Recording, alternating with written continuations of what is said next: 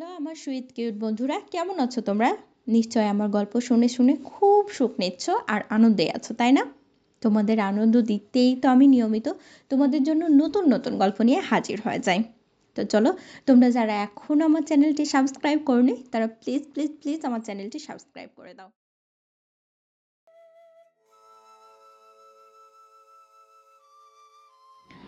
নিহারিকা ঘুম থেকে উঠেই জানালার পর্দা সরিয়ে বাইরের দিকে তাকালো। শীতের সকালে সূর্যের আলোর স্নিগ্ধ ছোঁয়ায় গোটা শহরটা যেন সোনার মুকুট পরে আছে। তার মনটা ভালো হয়ে গেল। কিন্তু আজকের দিনটা ছিল তার জন্য বিশেষ, কারণ সৌরভের সঙ্গে তার দেখা করার দিন ছিল। সকাল 10টার মধ্যেই নিহারিকা প্রস্তুত হয়ে বেরিয়ে পড়ল।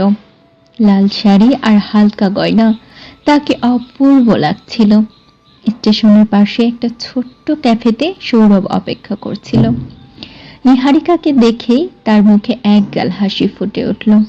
সৌরভ মুগ্ধ হয়ে বলল, তুমি সত্যি একেবারে হৃদয় কেড়ে নিলে।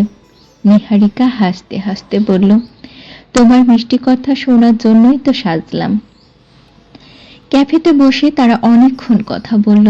তাদের পুরনো স্মৃতির গল্প থেকে শুরু করে ভবিষ্যতের স্বপ্ন, সবই যেন আজ আলাপের বিষয় হয়ে উঠল।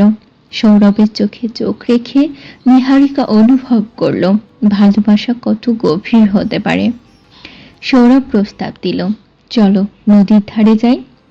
নিহারিকা সম্মতি জানিয়ে বলল, তুমি আমাকে কোথায় কোথায় নিয়ে যাওয়ার পরিকল্পনা করেছ আজ? সৌরভ গভীরভাবে বলল, শুধু তোমার হাত ধরে হাঁটার পরিকল্পনা, সেই সময়টুকু যেন কখনো শেষ না হয়। তারা নদীর পাড়ে এসে দাঁড়ালো।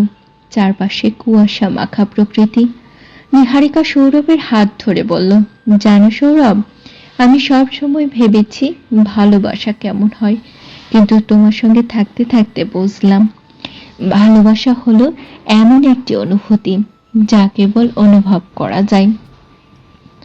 সৌরভ মৃদু হেসে বলল, তোমাকে ছাড়া ভালোবাসার কোনো অর্থই নেই আমার কাছে।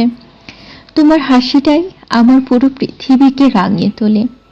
নিহারিকা সৌরভের বুকে মাথা রেখে বলল, তুমি যদি আমার পৃথিবী হও তবে আমি তোমার আকাশ হয়ে ছায়া দিতে চাই।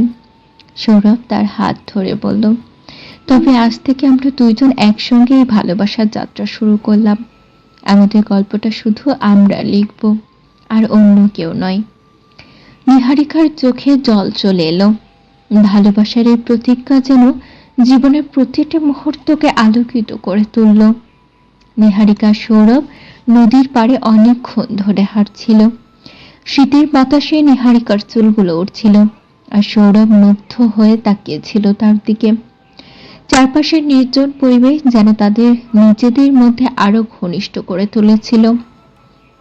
সৌরভ হঠাৎ আবেগ নিয়ে বলল, নিহারিকা জানো, আমার মনে হয় পৃথিবীর সব সুখ এই মুহূর্তে তোমার সঙ্গে হাঁটাই লুকিয়ে আছে। নিহারিকা মৃদু হেসে বলল, তুমি তো খুব মিষ্টি করে কথা বলতে শিখে গেছো। তবে আমি জানি তুমি আমার জীবনের সবচেয়ে বড় প্রাপ্তি। হঠাৎ ঠান্ডা বাতাসে নিহারিকার গা শিরশির করে উঠল। সৌরভ বুঝতে পেরে নিজের জ্যাকেট খুলে তার কাঁধে জড়িয়ে দিল। নিহারিকা উদ্বিগ্ন স্বরে বলল, তুমি গায়ে জড়িয়ে আছো? নিহারিকা উদ্বিগ্ন সুরে জিজ্ঞেস করল, এত ঠান্ডায় তুমি কিভাবে থাকছো? সৌরভ মৃদু হেসে বলল, তুমি গায়ে জড়িয়ে আছো আর আমার কোনো দরকার নেই। নিহারিকার মুখ লাল হয়ে গেল।